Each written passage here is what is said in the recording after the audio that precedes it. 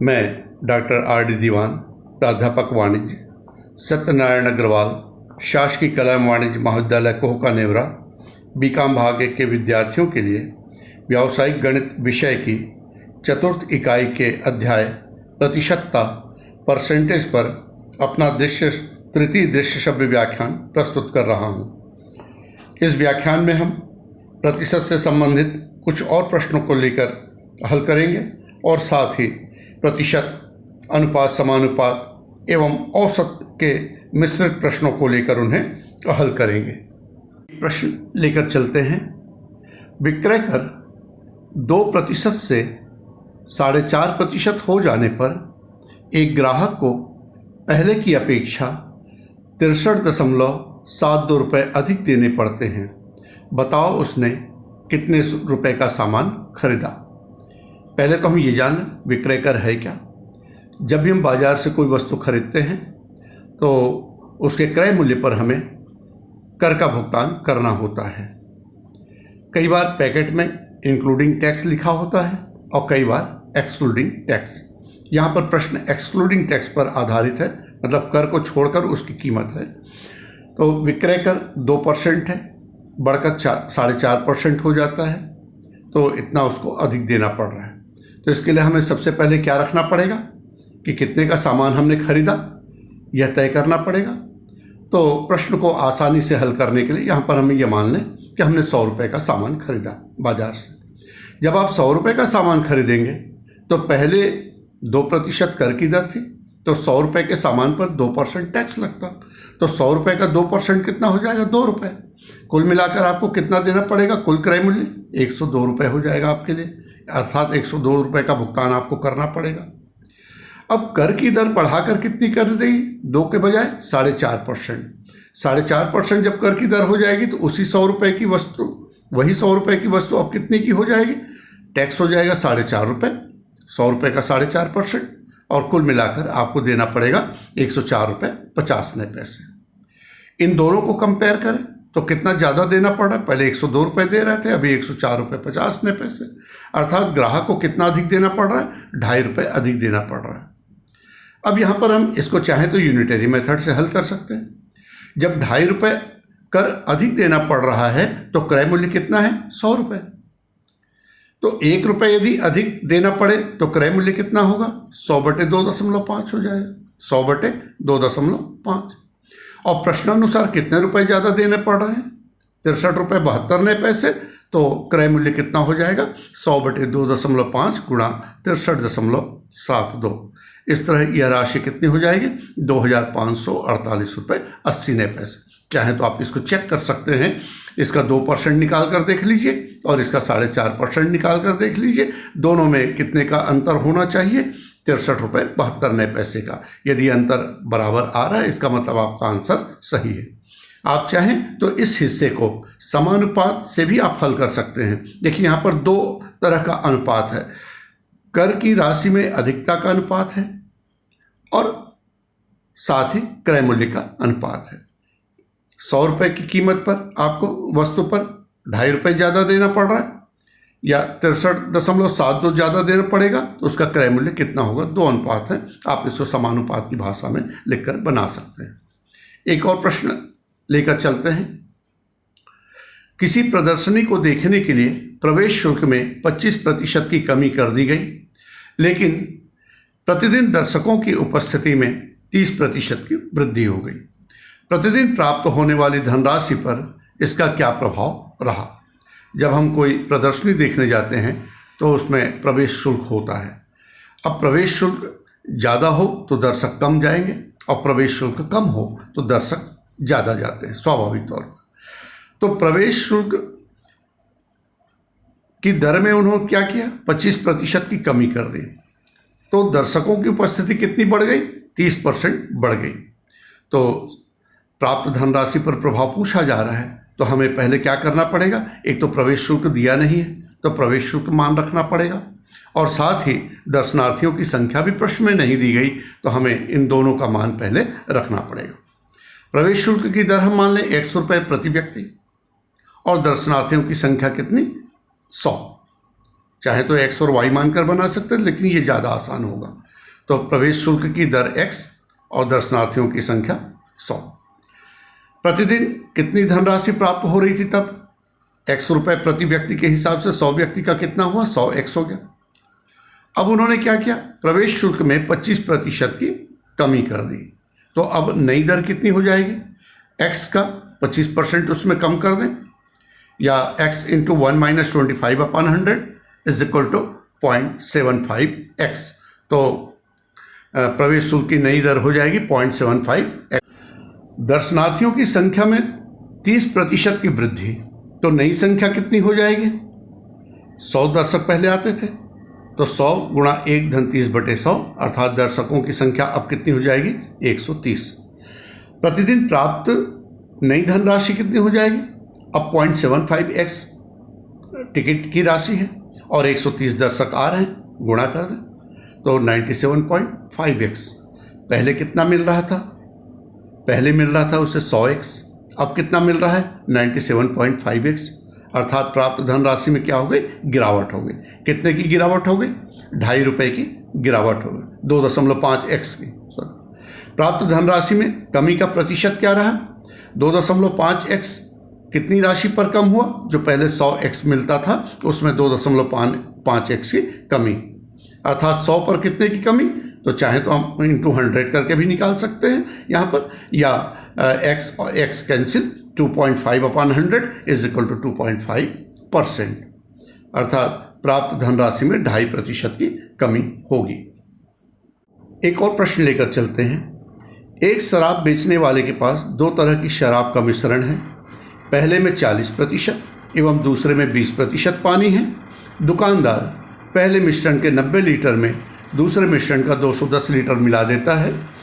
अब मिश्रण में पानी का प्रतिशत बताओ। पहले यहाँ पर देखिए 2 तरह का मिश्रण है, एक में 40% पानी है और दूसरे में 20% पानी है। पहले जिसमें 40% पानी है उसका 90 लीटर मिलाता है और 20% पानी वाला 210 लीटर मिलाता है।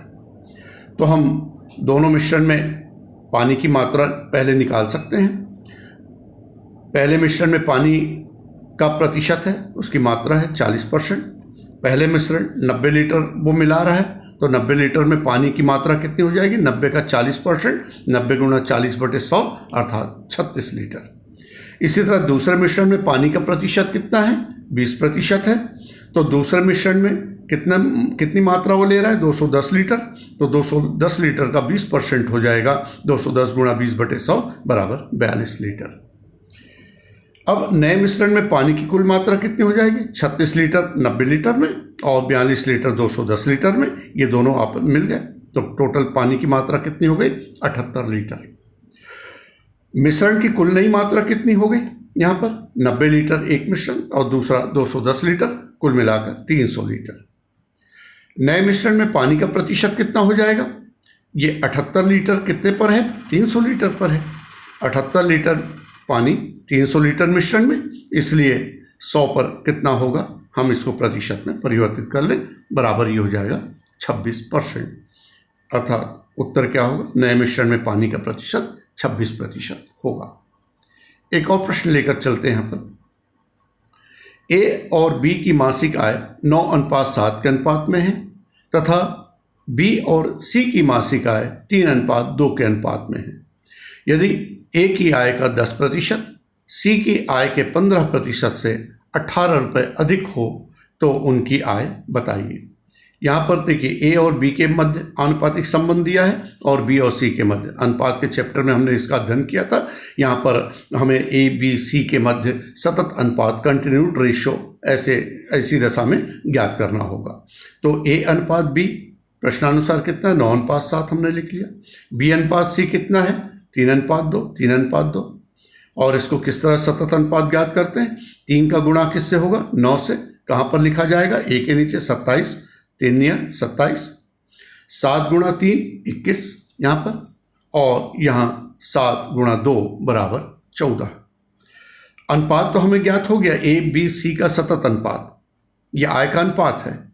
आय की वास्तविक राशि ज्ञात करने के लिए अनुपात के साथ उसके गुणक को रखना होगा। गुणक अज्ञात है तो यहाँ पर x हम मान सकते हैं। अर्थात आय का गुणक x रखने पर a की आय कितनी हो जाएगी 27x, b की आय हो जाएगी 21x और c की आय हो जाएगी 14x। अब प्रश्न में इन्होंने क्या कहा था, यदि a की आय का 10% c के आय के 15% से, तो हम पहले a की आय का 10% निकाल लें।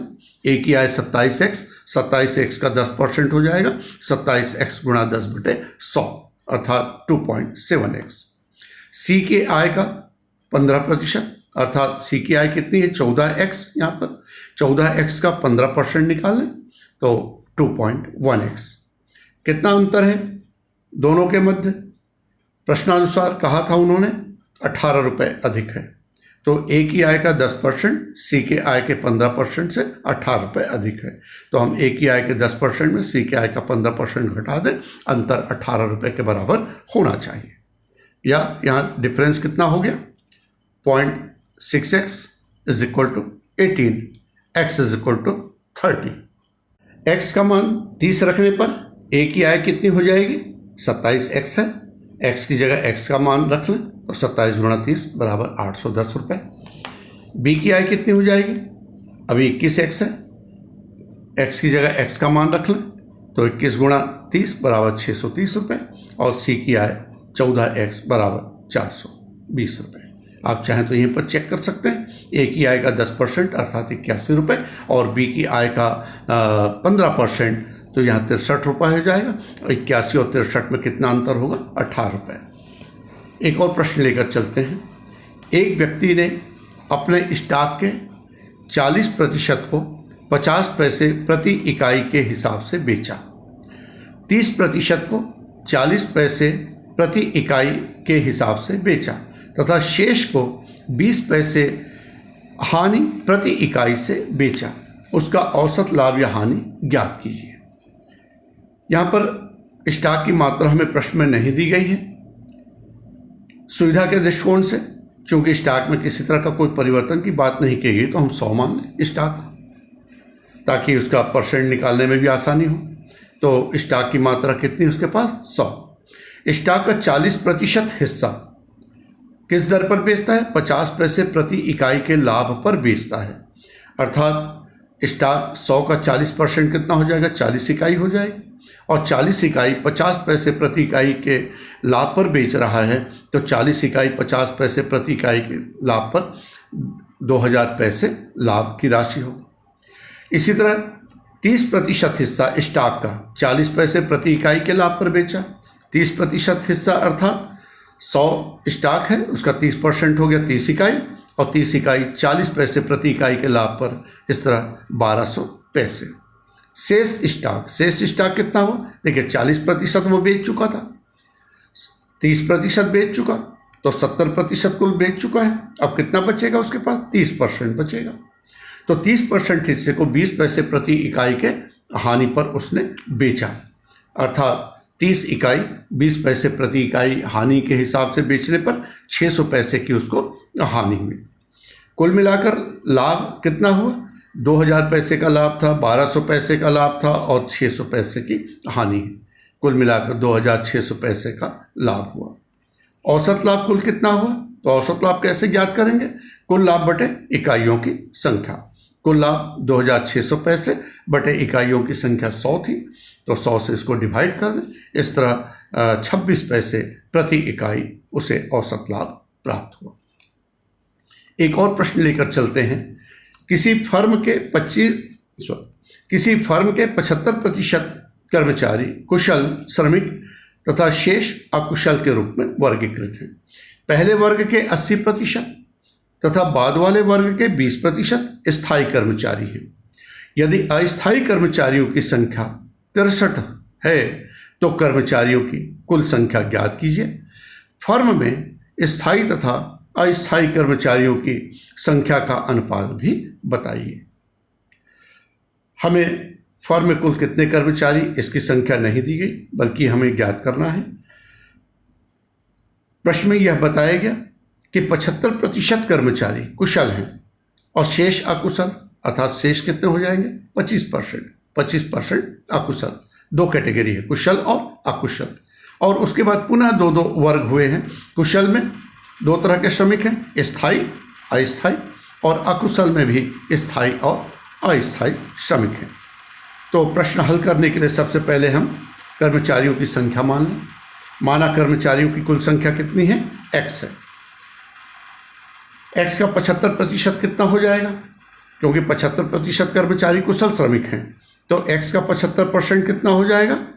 यहाँ पर हम दशमलव भिन्न में कई बार प्रश्न हल कर चुके हैं, तो यहाँ पर हम उसको मिक्स फ्रैक्शन साधारण भिन्न से हम इसको हल कर लें। तो x का 75% हो जाएगा 3x/4 x। अकुशल कितने हो गए, शेष 25% अकुशल, तो x का 25% कितना हो जाएगा, x/4। कुशल कर्मचारियों में 80% स्थायी है, अर्थात स्थायी कितने हो गए, कुशल कर्मचारी थे कितने, 3x/4, इसका 80% बराबर 80/100 निकाल लें, तो इसको हल कर लें तो कितना हो जाएगा 12x/20।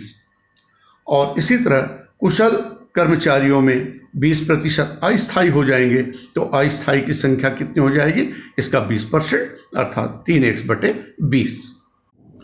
अकुशल कर्मचारियों में 20% स्थायी, अर्थात अकुशल कर्मचारियों की संख्या कितनी थी, x/4 आई थी, उसका 20% अर्थात 20/100 ये स्थायी हो गए। तो अकुशल कर्मचारियों में अस्थायी कितने होंगे, जब 20% स्थायी हैं तो 80% अस्थायी होंगे, अर्थात x/4 का 80% कितना हो गया, 4x/20। हमें प्रश्न में कुल अस्थायी कर्मचारियों की संख्या दी गई है, जो प्रश्नानुसार कितनी आपने पढ़ी थी उसमें 63। तो अस्थायी कर्मचारियों की कुल संख्या भी हम ज्ञात कर लें। यहाँ पर अस्थायी कर्मचारियों की कुल संख्या कुशल श्रमिक में 3x/20 और अकुशल में 4x/20, कुल मिलाकर ये संख्या कितनी हो गई, 7x/20। प्रश्नानुसार ये संख्या कितनी है, 63, अर्थात ये दोनों इक्वेशन यहाँ पर जो सूचनाएं हमने निकाली दोनों क्या होनी चाहिए, बराबर होनी चाहिए। एक एवं दो की तुलना करने पर 7x/20 = 63, x = 63 × 20 / 7, x = 180, 180 कर्मचारी कुल। तो संस्था में कुल कितने कर्मचारी, 180 कर्मचारी। हमें दूसरा आंसर भी पूछा गया, स्थायी कर्मचारियों की और अस्थायी कर्मचारियों का आपस में अनुपात पूछा गया। तो स्थायी कर्मचारियों की कुल संख्या हम याद कर लें कितनी हो जाएंगी, अस्थायी तो प्रश्न में हमें दिया हुआ है 63 है, तो कुल कर्मचारियों में से अस्थायी को घटा दें, तो 180 में से 63 कम हो गया, कितने बचे, 117 बचे। इसका मतलब स्थायी कर्मचारी कितने, 117, अस्थायी कर्मचारी कितने, 63। या इसको भिन्न के रूप में लिख लें, स्थायी अपन अस्थायी बराबर 117/63। कॉमन फैक्टर यहाँ पर 9 कॉमन फैक्टर है, 9 से डिवाइड कर दें, 9 7 63 और 9 13 117, अर्थात इनके मध्य स्थायी व अस्थायी कर्मचारियों के मध्य आनुपातिक संबंध होगा 13:7। उम्मीद है यह व्याख्यान आपके लिए लाभदायक सिद्ध होगा। परीक्षा की तैयारी के लिए हमें अधिक से अधिक प्रश्नों को लेकर हल करने का प्रयास करना चाहिए। जो आपके पास टेक्स्ट बुक होगी उसमें भी कुछ इलस्ट्रेशन उदाहरण दिए हुए हैं, आप उन्हें भी देख सकते हैं। जितने ज़्यादा प्रश्नों को हल करेंगे आपको प्रश्नों को समझने में आसानी हो। धन्यवाद।